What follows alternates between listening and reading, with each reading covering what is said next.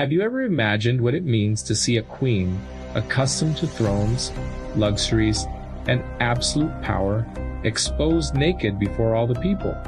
Not as a monarch, but as a sinner. Well, in Game of Thrones, few scenes manage to shock as much and carry as much symbolism as Cersei Lannister's infamous walk of shame. The woman who for years manipulated kings, plotted downfalls, and ruled from the shadows was reduced to what seemed like nothing. A fragile, bloody, and insulted figure walking through the streets of King's Landing under the cruel gaze of the crowd. Cersei had always been marked by arrogance, by the desire to control her family's fate, and by unshakable pride. She wasn't just a queen, she was the iron heart of the throne of West. But what happens when someone who spent their life climbing the steps of power is dragged to the bottom? The answer came in the most brutal form of public punishment, engineered by the fate of the Seven, that stripped her not only of her crown, but of her dignity. The scene begins in tense silence. Cersei is stripped completely, her body exposed, and septa, unella's bell rings loud, shame, shame. Each step echoed not only on the stone floor, but inside every viewer. It was impossible not to feel the mix of humiliation, anger, and discomfort while watching her spat on, insulted, pelted with food, and reduced to an almost inhuman condition. And yet, it's impossible not to notice the strength behind her eyes. Because, despite her fall, Cersei is not someone who breaks easily. With every insult, every stone, every mocking laugh from the crowd, her rage grew. The shame, instead of destroying her, became fuel, and that's the fascinating part. The walk of shame wasn't just punishment, it was foreshadowing. Because anyone who knows Cersei knows she doesn't forget, doesn't forgive, and never yields. That public humiliation was the spark for one of the cruelest and most memorable revenges in the entire series. As she walked dirty wounded, stepping barefoot on cold stones, the audience saw the contrast. On one side, the crowd, laughing and jeering. On the other, a woman who had always been at the top now seemingly reduced to dust. The duality between power and fragility had never been portrayed so vivid. Speaking of dealing with dirt and difficult floors, let me take a quick pause here.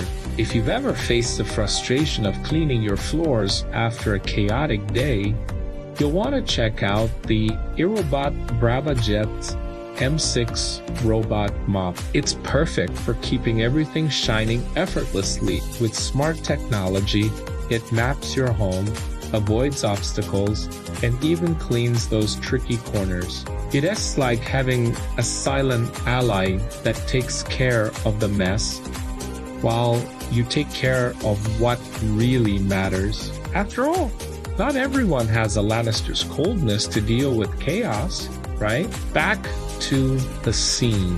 Cersei's humiliation wasn't only about exposing her body, but about stripping away all her armor of power before the people. It was a spectacle of collective cruelty, where the crowd unleashed all its pent-up hatred against the crown and against a woman who had always placed herself above them. But ironically, the moment that seemed like her ruin became the trigger for her ultimate rise. Because as soon as Cersei reached the Red Keep, wounded but still standing, her resolve was sealed.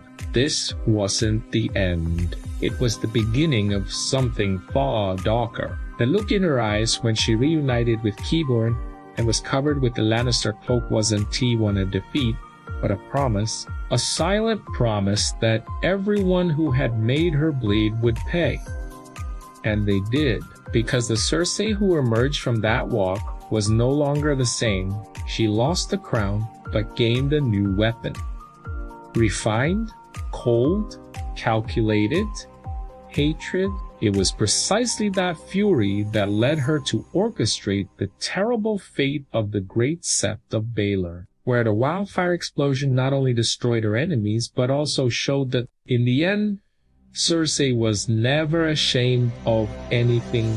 At its core, the walk of shame was a bitter lesson about how power can be stripped away in seconds, but also how inner strength can turn humiliation into vengeance. And that's why this scene is etched in fans' memories, not just for its brutality, but for the symbolism of a queen who fell to the lowest point, only to climb back up more dangerous than ever. So here's the big question.